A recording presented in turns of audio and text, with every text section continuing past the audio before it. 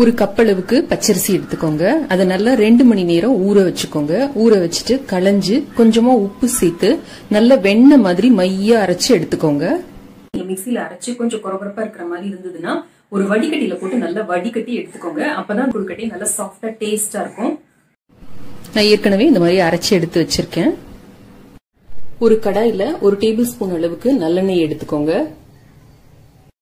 இது கூட இந்த மாவை சேர்த்துக்கோங்க. நீங்க நார்மலா எவ்வளவு தண்ணி விட்டு அரைப்பீங்களோ அந்த மாதிரி மாவு அரைச்சுக்கலாம். இப்ப அடுப்புல வச்சு நல்லா இதை கிளற ஆரம்பிக்கலாம். மிதமான தீயில வச்சு கிளறிக்கலாம். இந்த மெத்தட்ல பண்ற மாவு பால் கொழுக்கட்டை, நார்மல் கொழுக்கட்டை, மோதகம், இடியாப்பம் எல்லாத்துக்குமே ரொம்ப நல்லா இருக்கும். மாவு அவ்வளவு சாஃப்டா இருக்கும். மாவு மெதுவா இந்த மாதிரி ஹார்டாக ஆரம்பிக்கும்.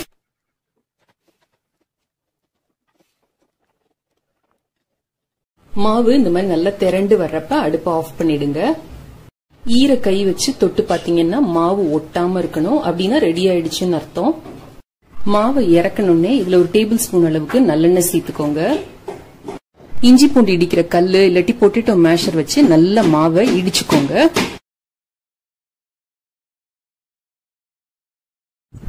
இந்த மாதிரி செய்யறதுனால மாவு நல்ல ஸ்மூத்தா கிடைக்கும் நமக்கு. கொஞ்சம் கை பொறுக்கிற சூடு வந்தோடனே நல்லா இந்த மாதிரி கையால ஒரு நிமிஷம் பிசைஞ்சுக்கோங்க. இத உடனே எடுத்து ஒரு பாக்ஸ்ல வச்சு ஒரு ஈர துணி போட்டு நல்லா டைட்டா கவர் பண்ணி வச்சிடுங்க. இல்லாட்டி காஞ்சு போயிடும். சின்ன சின்னதா இந்த மாதிரி உருட்டிக்கிட்டோம்னா பால் கொழுக்கட்டை பண்றதுக்கு, அம்மணி கொழுக்கட்டை அல்லது மணி கொழுக்கட்டை பண்றதுக்கு இதை யூஸ் பண்ணிக்கலாம். நம்ம உருட்டி வச்ச உருண்டைகளை இட்லி தட்டுல கொஞ்சமா எண்ணெய் தடவிட்டு வச்சிருக்கேன். இப்ப ஆவியில வேக வச்சு எடுத்துக்கலாம்.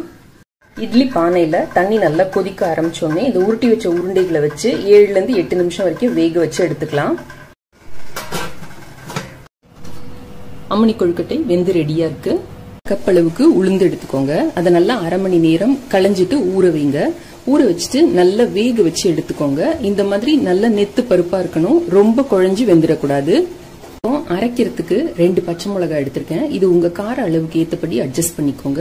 தேவையான அளவு உப்பு, ஒரு சின்ன பீஸ் பொரிச்ச பெருங்காயம் எடுத்திருக்கேன். நீங்க தூள் பெருங்காயம் எடுக்கிற மாதிரி இருந்தீங்கன்னா 1/4 டீஸ்பூன் அளவுக்கு எடுத்துக்கோங்க.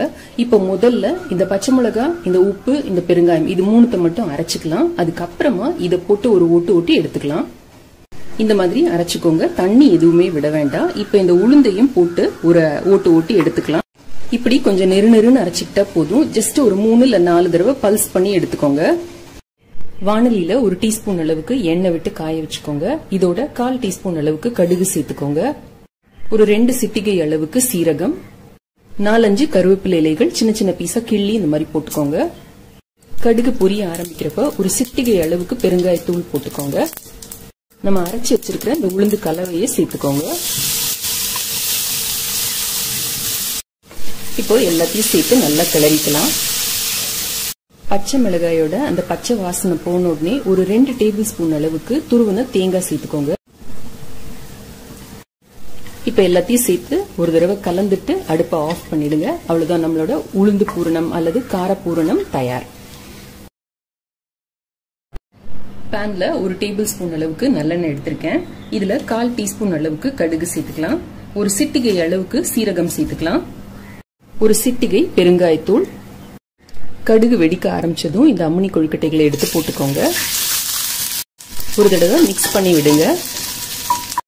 நம்ம தயார் பண்ணி வச்சிருக்கிற இந்த உளுந்து பூர்ணத்துல இருந்து 1 டேபிள் ஸ்பூனோ 2 டேபிள் ஸ்பூனோ உங்களோட சுவை அளவுக்கு ஏற்றபடி இதை நீங்க அட்ஜஸ்ட் பண்ணிக்கலாம்.